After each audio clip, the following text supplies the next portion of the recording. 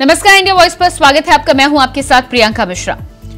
रांची के जेल से मिले फोन और सुराग के बाद ईडी के अधिकारियों के होश फाख्ता हो गए। जिन आरोपी की जांच कर वो राज्य में व्यवस्था को बचाने का काम कर रहे थे, वहां तो पूरी की पूरी मशीनरी ही ध्वस्त निकली, जिसके बाद अब राज्य में सियासत भी हावी है। जहां बीजेपी राज्य सरकार पर कानून व्यवस्था को ध्वस्त करने का आरोप लगा रही है, तो वहीं कांग्रेस का कहना है कि बीजेपी सरकार गिराने में कामयाब नहीं हो सकी, तो अब बदनाम करने का षड्यंत्र कर रही है। तो आज जेल के खेल पर होगी बात, लेकिन इससे पहले दिखाते हैं एक रिपोर्ट।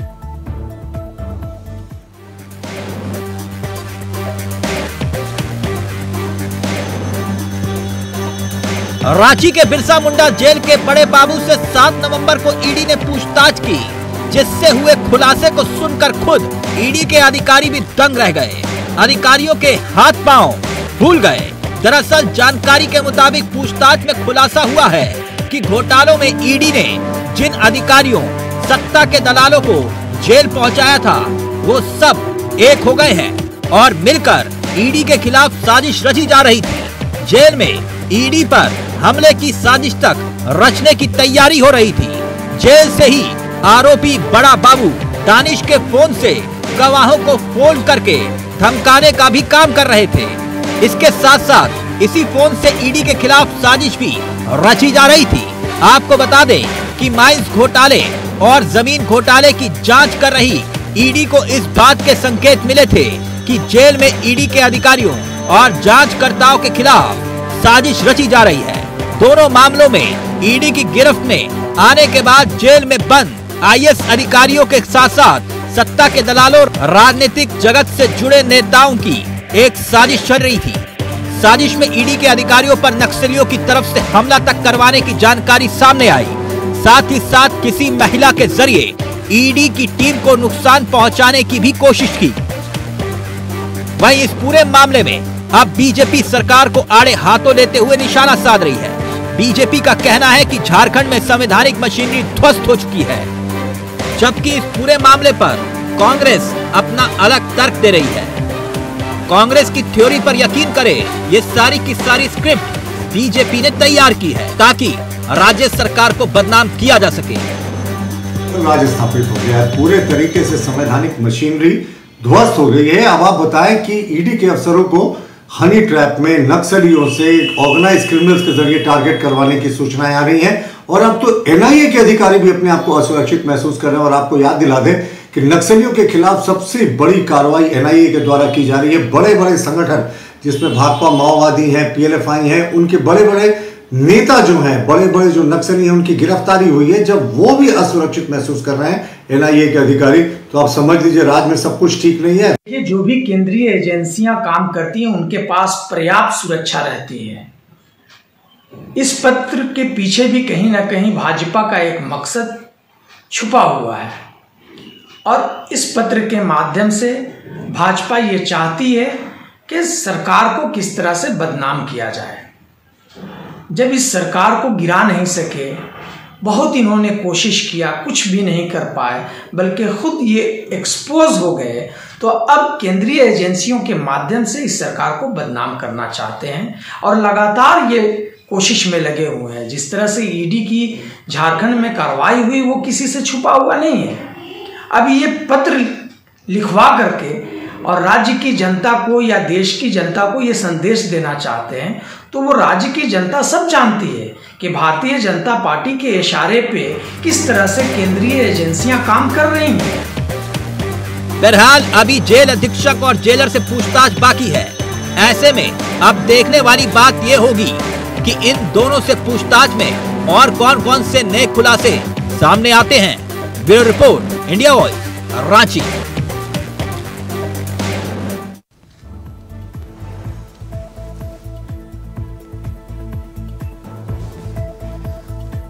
तो इन तमाम लोगों का समन भेजा है ईडी ने। नसीम खान जेलर से अभी बातचीत होना बाकी है।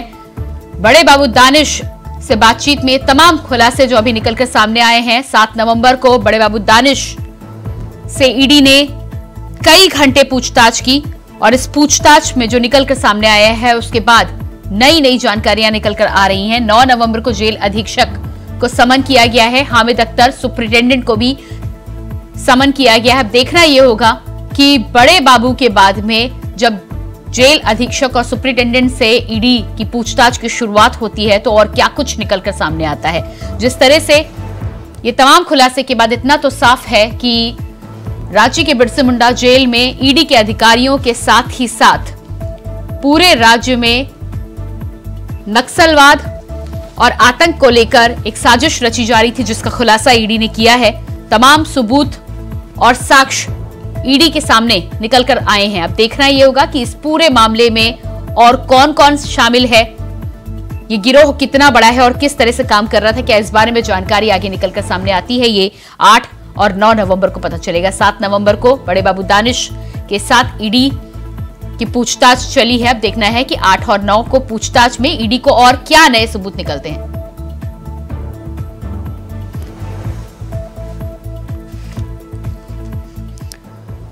तो चर्चा की हम शुरुआत करेंगे। हमारे साथ मेहमान जुड़ चुके हैं, परिचय मैं आपका करा देती हूं। सौरभ श्रीवास्तव, आप प्रवक्ता हमारे साथ जुड़ चुके हैं, बहुत स्वागत है आपका। एलन तिवारी जी, कांग्रेस नेता हमारे साथ हैं, बहुत स्वागत है आपका भी सर। और इसके अलावा प्रदीप सिन्हा जी, भारतीय जनता पार्टी से नेता हमारे साथ जुड़ चुके हैं, आपका भी स्वागत है सर। तो सबसे पहला सवाल यहां पर एलन तिवारी जी, मैं आपके पास ही आऊंगी। कानून व्यवस्था की लगातार हम बात करते हैं और जिस तरह से बिरसा मुंडा जेल में ये खेल रचा जा रहा था, उसके तो अब सबूत भी मिलना शुरू हो गए हैं। अभी तक ये माना जा रहा था, आप कह रहे थे, आपकी पार्टी लगातार आरोप लगा रही थी कि ये सारा प्लांटेड है, साजिश है, लेकिन अब तो सबूत भी मिल रहे हैं। आप क्या कहेंगे? मिश्रा साहिबा, हमको कुछ नहीं कहना है। सबूत अगर मिल रहे हैं तो जो दोषी होगा वो दंडित किया जाएगा। लेकिन हम एक निवेदन कर रहे हैं, उसको ध्यानपूर्वक सुनिएगा। कल सोशल मीडिया में एक वीडियो वायरल हुआ, एक केंद्रीय मंत्री के बेटे पैसे के लेन देन करते हुए साफ दिखाई पड़ रहे हैं। आप बोलिएगा तो मैं नाम का भी खुलासा करूंगा, क्योंकि मैंने उस वीडियो ऑडियो को देखा है। ये तो हमको लगता है कि ना ईडी को दिखता है, ना भारत के प्रधानमंत्री को दिखता है, ना गृह मंत्री को, किसी को नहीं दिखता। अब जेल से कौन रच रहा है, मैं कह रहा हूं कि पकड़ो, दोषी को दंडित करो ना। लेकिन रात में दिन में भी जो फोबिया रोग हो गया है कि कांग्रेस दिखाई दे, झूठा ही लेना, झूठा ही देना, झूठा ही भोजन, झूठ चबेना, कांग्रेस दिखाई देते। जो भारत के प्रधानमंत्री अपने मुंह से कांग्रेस का नाम नहीं लेते थे, किसी मीटिंग में आप चले जाइए मिश्रा साहिबा, वो कांग्रेस का नाम लेते हुए दिखेगा। गृह मंत्री दिखेंगे, वो और मंत्री केंद्र के दिखेंगे, विधायक दिखेंगे, प्रदेश अध्यक्ष दिखेंगे, सब वो दिखते हैं। अब उनको सिर्फ कांग्रेस का भ्रष्टाचार को मैं एक निवेदन कर दूं, पता नहीं समय आप देंगे कि नहीं देंगी।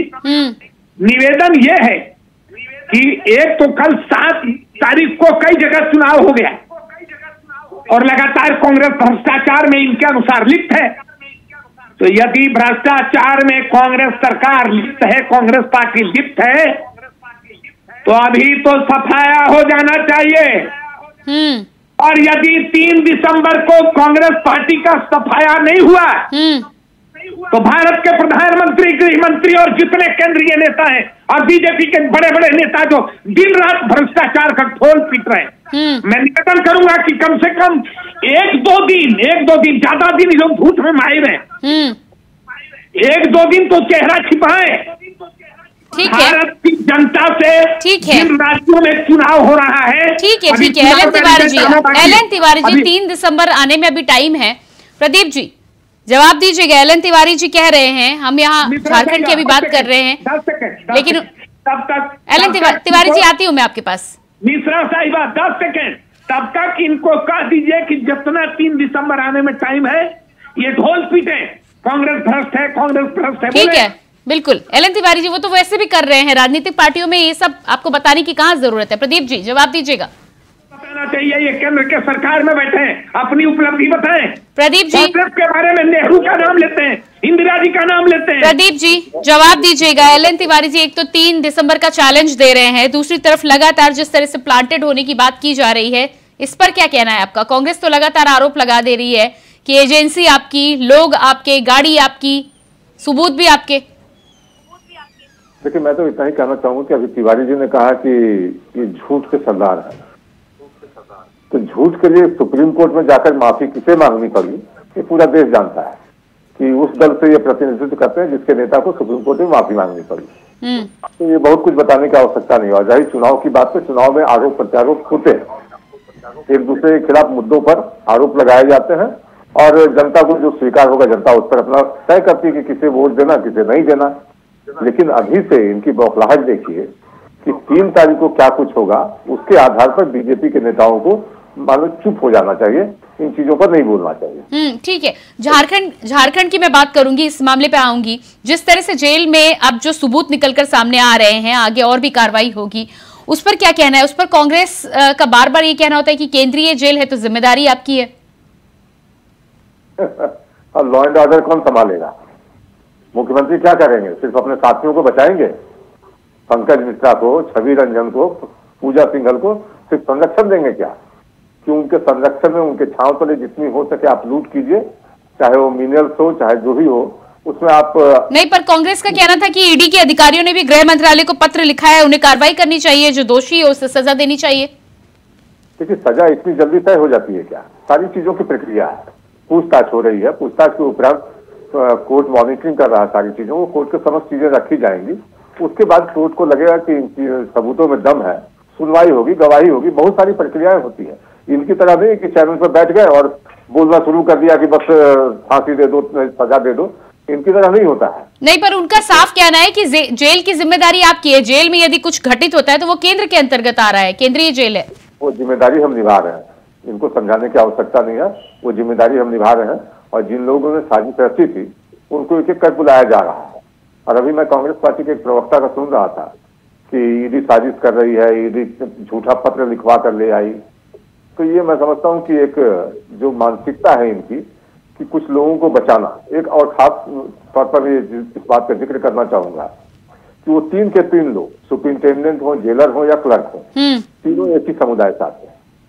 अब उनको अगर सेफगार्ड करने के लिए इस हद तक चले जाए कि फर्जी पत्र लिखवा लिया, तो वो जो मोबाइल उनकी जब्त हुई है, मोबाइल में जो सारी चीजें मिली है, उसके आधार पर पूछताछ की जा रही है, क्या उसको भी झुठला देंगे?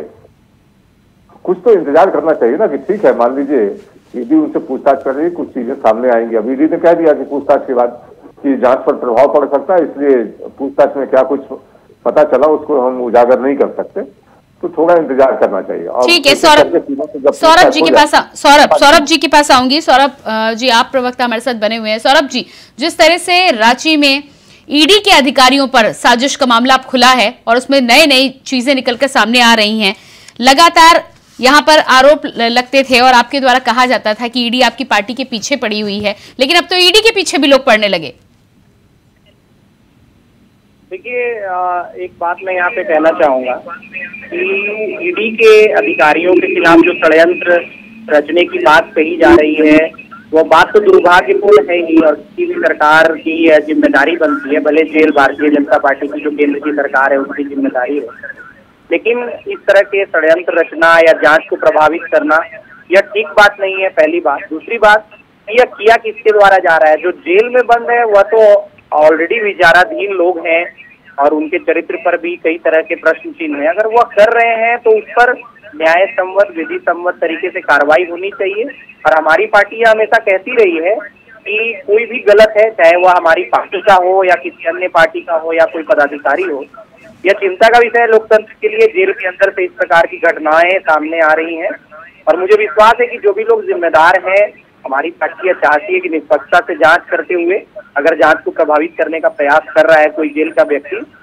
लेकिन हाँ, भारतीय जनता पार्टी का एक आरोप है कि सरकारें शामिल है, मुख्यमंत्री शामिल है और बाकी लोगों का षड्यंत्र है।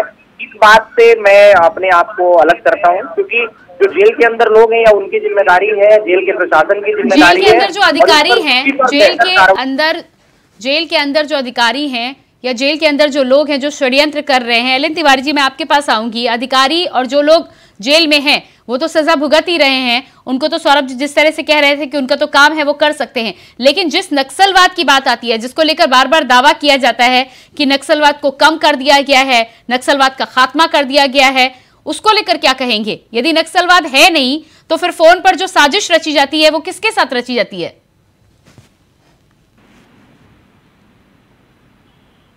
तिवारी जी हमसे पूछ रही हैं जी। हमको लगा कि आप सौरभ जी से पूछ रहे। देखिए, पहले सबसे पहले मिश्रा साहिबा, एक प्रश्न जो किया मैं उसका उत्तर बीजेपी के प्रवक्ता ने नहीं दिया कि कल केंद्रीय मंत्री के बेटे को पैसे का लेन देन करते हुए सोशल मीडिया पर ऑडियो वायरल हुआ है। हम चाहेंगे कि बीजेपी के बड़े नेता इस पर स्पष्टीकरण दें। एक दूसरा ये है कि जब केंद्र सरकार के द्वारा वो नियंत्रणहीन है जेल, केंद्रीय कारा, तो कारा के अंतर्गत जो कुछ हो रहा है उसकी जिम्मेदारी इन पर बनती है। तीसरी बात यह है कि जो जिस छवि रंजन, तो तिवारी जी आपके राज्य में जो केंद्र के अंतर्गत है और उसके बाद उसके ऊपर आपकी कोई जांच नहीं होगी, आप कोई जांच नहीं करेंगे? यदि केंद्र की जिम्मेदारी बनती भी है, यदि केंद्र की जिम्मेदारी बनती है, यदि केंद्र के अधीन भी वो है, तो भी आपके राज्य में है, यदि वहां कुछ गड़बड़ घोटाला चले तो आप पल्ला झाड़ लेंगे?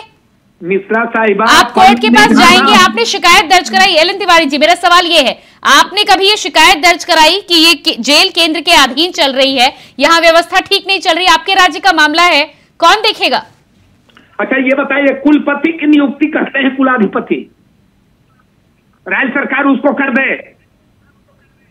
मैं नियुक्ति की बात ही नहीं कर रही हूँ, मुझे मालूम है नियुक्ति आप नहीं करेंगे, आपके अंडर में आता भी नहीं है, लेकिन आप शिकायत तो कर सकते हैं। आपके राज्य में कानून व्यवस्था को लेकर सुनिए मेरी बात सुनिए, मुझको कहने दीजिए। मैं ये निवेदन कर रहा हूँ कि जो इनके नियंत्रणाधीन, जो हमारे नियंत्रण में है, सोवरेन, देखिए राज्य और देश में एक है सोवरेंटी, उनके पास है, मेरे पास सोवरेंटी नहीं है, संप्रभुता नहीं है। तो फिर ये कहिए एलन तिवारी जी, आपको इस बारे में कुछ जानकारी नहीं थी? इसका खुलासा पूरी तरह से ईडी के द्वारा ही हुआ है, आप ये कहिए ना कि फिर आपको कोई जानकारी नहीं थी? खुलासा हुआ तब तो जानकारी हुई ना, उससे पहले आपको कोई जानकारी नहीं थी? सुनिए ना, मैं ये कह रहा हूं कि जानकारी जब भी हुई, यदि मैं उसमें हस्तक्षेप करता ही तुरंत कहते कि हमारे क्षेत्राधिकार में ये दखल दे रहे हैं, एक बात। दूसरी बात, मैंने पहले कहा कि एक देहात में कहावत है, तातल खाया से जर मरे। जो गलती कर रहा है, यदि आप वहां बैठ करके यहाँ ईडी भेज रहे हैं, एक एक विधायक को यहाँ ईडी लगा रहे हैं, मुख्यमंत्री को लगातार ईडी का सम्मान दे रहे हैं, बार बार बुला रहे हैं, आपके सत्यपाल मलिक जी क्या बोलते हैं, राज्यपाल है ना, सत्यपाल मलिक जी क्या बोलते हैं, वो सुनाई नहीं पड़ता है, वो सुनाई नहीं पड़ता है, वो नहीं सुनाई पड़ेगा, इसलिए कि आप सुनना नहीं चाहते। आपको अपने नेताओं में, मैंने तो कहा कि केंद्रीय मंत्री का बेटा ऑडियो। एलन तिवारी जी, हम झारखंड के मुद्दे पर बहस कर रहे हैं, उस पर बहस करनी होगी, मैं कर लूंगी अलग से, आपके सवाल का जवाब मैं ले भी लूंगी, लेकिन जब मैं झारखंड को लेकर सवाल पूछती हूँ तो आप उसे गोल गोल घुमा जाते हैं। मैं गोल नहीं घुमा रहा हूँ। मैंने आपसे ये पूछा कि आपको बिरसा मुंडा जेल के बारे में कोई जानकारी थी या नहीं थी? नहीं, जब जानकारी हुई, जब इसका खुलासा हुआ तो जानकारी हुई। ठीक है, तो आपके राज्य में कुछ भी होता है, आप तमाम चीजें छोड़कर आंखों में तेल डाल के बैठे रहेंगे कि जब केंद्र आएगी या ईडी आएगी तब खुलासा होगा और उसके बाद उस पर कोई कार्रवाई होगी? आपके राज्य में कुछ होता है तो आपको पता नहीं होता। प्रदीप जी जवाब दीजिएगा, यहाँ पर केंद्र के अंतर्गत वो होने की बात कर रहे हैं, केंद्र के अंतर्गत यदि है और जेल में यदि ये सब कुछ होता है, जेल सुप्रिंटेंडेंट, जेल अधीक्षक, अब कार्रवाई हो रही है, लेकिन उससे पहले के तंत्रों की हम बात करें तो वो तो पूरी तरह से फेल हुए ना। मैं कह रहा हूँ कि राज्य में पोस्ट ऑफिस है, वरीय व्यक्ति कांग्रेस राज्य में रेलवे है, कानून पर बैठकर इस तरह से झूठ फैला रहा हो कि जेल केंद्र के अधीन है। अब आप बताइए, सुप्रींटेंडेंट की नियुक्ति हो, जेलर की नियुक्ति हो, कौन करता है? राज्य सरकार करती है, राज्य सरकार उसको संचालित करती है। अभी देखिए बीच में इस तरह से कहना कि वो केंद्र के अधीन है, मैं समझता हूँ बुद्धिमत्ता पर प्रश्न खड़ा होता है। वो केंद्र के अधीन नहीं है, राज्य सरकार के अधीन कार्यरत है, और जिनके अधिकारी पड़े हुए हैं और लोगों को कंफ्यूज करने की कोशिश कर रहे हैं। आप किनसे पूछ रहे हैं? एक को टोकिए या हमको चुप रहने को बोलिए या इनको बोलिए। अरे आपको आपका नाम नहीं लिया गया। एलन तिवारी जी, मैं आपके पास आती हूँ, प्रदीप जी अपना जवाब देते, फिर मैं आपसे जवाब ले लूंगी, आप जो बोलना चाहेंगे मैं सुनूंगी। जी प्रदीप जी बोलिए। देखिए, इनको लगातार बोलते रहने की आदत है और किसी का नाम पुकारिए। प्रदीप जी, आप यहाँ पर जिस तरह से कह रहे हैं, आप मुझे समझाइए, आप जिन अधिकारियों की बात कर रहे हैं वो अधिकारी गृह मंत्रालय के अंतर्गत आते हैं या नहीं आते हैं? बिल्कुल नहीं आते हैं मैडम। कौन पोस्टिंग करता है सुपरिंटेंडेंट की और जेलर की? राज्य सरकार करती है।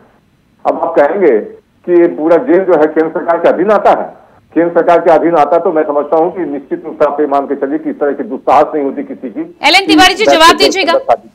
एल.एन. तिवारी जी, मुझे ज्यादा बोलने की आदत है। प्रदीप सिन्हा जी गूंगा है, ये बोलते ही नहीं है चैनल पर, इनके जगह पर दूसरे नहीं। LN. Tiwari ji personal comment नहीं, LN. Tiwari ji personal comment नहीं, आप अपनी बात अपने शब्दों में कीजिए, लेकिन पर्सनल कमेंट नहीं, ये मैं अलाउ नहीं करूंगी। आपको इसके लिए माफी मांगनी होगी। कोई भी एक दूसरे के ऊपर पर्सनल कमेंट नहीं, आपको इसका अधिकार नहीं है जी। इनको तो क्या कर है कि इनको ज्यादा बोलने की आदत है, इनको क्या चुप रहने की आदत है? आप सवाल का जवाब दीजिएगा। उनका कहना केंद्र के अंतर्गत नहीं, आप उसका जवाब दीजिए जी। तिवारी जी, तिवारी जी उसका जवाब दीजिए। कर दूंगा, नहीं होना चाहिए चैनल में। मैं ये कह रहा हूँ कि इनके अधिकार क्षेत्र में राज्य सरकार दखल नहीं देगी। राज्य सरकार तो अपना सरकार चलाने और अपना जान बचाने में लगी है, क्योंकि ये दिन रात ईडी का संबंध, दिन रात ईडी का संबंध। इनके लोग, मैं फिर कह रहा हूं, आप कह रही हैं कि केंद्रीय मंत्री के बेटे के बारे में मैं बाद में आऊंगी। क्यों बाद में आइएगा? एक लाइन में जवाब दे कि केंद्रीय मंत्री का बेटा रुपए का लेन देन करते हुए ऑडियो वायरल हुआ या नहीं हुआ, पूछिए इनसे। थाना में जवाब, ये दूध के धोए हैं और कांग्रेस पार्टी में लगातार भ्रष्टाचार दिखाई देती है। इनके नजर में कांग्रेस भ्रष्ट है, ये दूध और गंगा जल दोनों से धोए हुए। इनको देखिए, मुझे जब जब बात आई है, जब जब उपचुनाव हुए हैं झारखंड में, ये कहते हैं सरकार अब गई। जब कुछ अभी एक नेता ने भविष्यवाणी किया है कि 31 दिसंबर के बाद सरकार चली जाएगी। अब ये हेमंत सोरेन जी को डरवाना चाहते हैं कि ईडी का भय दिखा करके मिला लेंगे और सरकार बना लेंगे। इनको तो एक हफ्ता भी सरकार में चले आए तो इनका पेट का दर्द ठीक हो जाएगा, और ये होने वाला नहीं है, ये होने वाला नहीं है, ये ध्यान रखिएगा। ये इनका दर्द बहुत है तो ये मोबाइल जी ले लें। राज्य सरकार इनके क्षेत्र में अतिक्रमण नहीं करेगी। कार्य क्षेत्र में इनका जो अधिकार क्षेत्र है ये अपना देखें। राज्य सरकार के जिम्मे जो जिम्मेदारियां हैं उसका निर्वहन पूरी तत्परता से राज्य हित में, जनता के हित में, मजदूर किसान के हित में, आदिवासियों के हित में किया जा रहा है।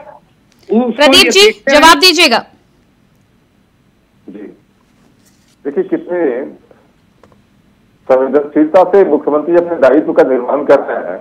मैं 2-3 उदाहरण आपको दे दूं, आपको भी समझ में आ जाएगा। और तिवारी जी तो जानबूझ के अगर काम में तेल डालना चाहते हैं तो अलग बात है जी। बिल्कुल, मुख्यमंत्री के पद पर आसीन व्यक्ति को यह पता नहीं चलता है कि उसके विधायक प्रतिनिधि किस तरह से संथाल परगना के क्षेत्र में अवैध माइनिंग के माध्यम से करोड़ों रुपए कमा रहे हैं, राज्य सरकार के राजस्व को नुकसान पहुंचा रही है, उनको पता नहीं चलता। राजधानी में बैठा एक अधिकारी सेना की जमीन को किसी व्यक्ति विशेष को दे देता है, वो इनको पता नहीं चलता, जबकि कमिश्नर ने वो फाइल मुख्यमंत्री के पास भेजी कि अमुक व्यक्ति इस तरह से अनियमितता कर रहा है, उस पर कार्रवाई होनी चाहिए, आप संस्तुति करें तो उस पर आगे बढ़ाया जाए। मुख्यमंत्री वो फाइल दबा के बैठ जाते हैं। पूजा सिंघल कुछ करती हैं तो वो मुख्यमंत्री को पता नहीं चलता। आप समझ लीजिए कि मुख्यमंत्री के पास तो सारी एजेंसियां होती है जो उन तक गुप्त सूचनाएं पहुंचाती हैं। उनके एसीबी हैं जिनके माध्यम से वो कार्रवाई कर सकते हैं भ्रष्टों के खिलाफ, लेकिन भ्रष्टों के मुद्दे पर वो मौन साध जाते हैं। आप एक उदाहरण बता दीजिए कि अगर मुख्यमंत्री ने कभी अवैध माइनिंग पर कोई बयान दिया हो। पंकज मिश्रा जो उनके विधायक प्रतिनिधि हुआ करते थे, आज तक उनको पद से हटाया तक नहीं। तो कहीं ना कहीं मुख्यमंत्री की चुप्पी जो है उस ओर इशारा करती है कि भ्रष्टाचारियों को संरक्षण शीर्ष स्तर से दिया जा रहा है, तभी मुख्यमंत्री कुछ नहीं बोलना चाहते। लेकिन अब तिवारी जी को ऐसा लगता है कि नहीं, ईडी उनको परेशान कर रही है, तो ये 14 दल कांग्रेस की पार्टी की अगुवाई में 14 दल सुप्रीम कोर्ट गए थे कि ईडी, सीबीआई और इनकम टैक्स वाली विभाग जो है उनको रोका जाए पूछताछ करने से। तो वहां भी इनको मुंह की खानी पड़ी, वहां भी सुप्रीम कोर्ट ने इनके अपने प्ली को रिजेक्ट कर दिया। तो ये तो बौखलाए हुए लोग हैं, जब पक्ष में कोई फैसला आ जाए तो सुप्रीम कोर्ट अच्छा, अगर कोई विरोध में फैसला आ जाए तो न्यायपालिका भी बिकी हुई है। गला इनसे पूछिए जरा, 2 बार ये चैनल में सुप्रीम कोर्ट का नाम लिए, राहुल गांधी जी की सदस्यता खत्म किया था इन्होंने, और 24 घंटा के अंदर बंगला खाली कर दिया था। सुप्रीम कोर्ट ने जो तमाचा मारा इन पर, ये मुंह छिपाते फिर रहे हैं। सुप्रीम कोर्ट का नाम बार बार मत लीजिए। सुप्रीम कोर्ट तो आपको वो मजा चखाने जा रही है, आप घबराइए मत ना। सुप्रीम कोर्ट का रुख कड़ा है, वो छोड़ने वाला नहीं है। आदरणीय सुप्रीम कोर्ट, माननीय सर्वोच्च न्यायालय छोड़ने नहीं जा रहा आपको। उनके नजर में तराजू का पलड़ा बराबर है।